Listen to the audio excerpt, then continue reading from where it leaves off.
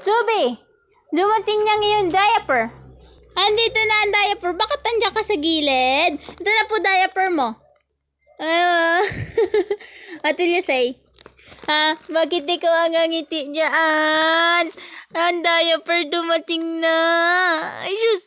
Ang diaper niya dumating na. Oh. Kasing laki mo na. Dumating na ang diaper mo? Ay, sus. So, open na natin ang kanyang diaper. Korean diaper lang po ang diaper ng aming baby. Ba't hindi mo lagyan ng oil yung buhok mo na ito-try ko sa likod? Ayan na ang diaper niya. Mura lang po to. Binayaran ko na rin siya sa Shopee para yung pinambili ko dito, kwan lang mga mamshi, yung sa app na ginagamit ko. Yun o. Kaso yung design na napunta kay baby ay may pink.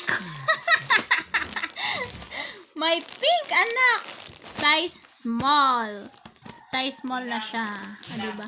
Nakaka-free ako. 190 lang siya. Bili ko siya sa Shopee. 190. Tapos,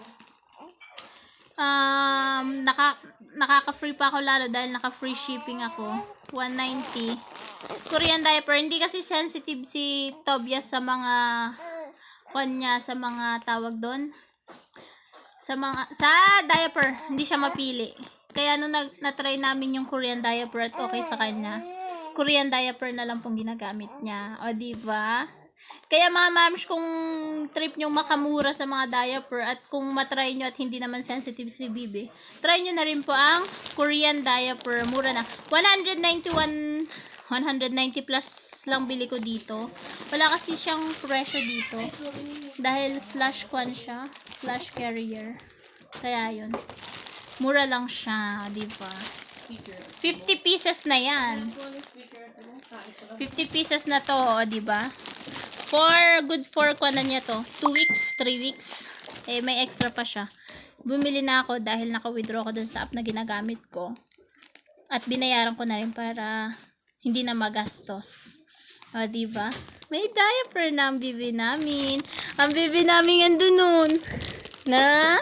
Urong, ikaw dun. Urong. Magwa-watch sila, tita. Ay, sus! Thank you so much, dear. Palit na ikaw. Palit ikaw diaper. Apa. At yun lang po. Bye-bye. Bye-bye na, bibi. Bye-bye. Papa,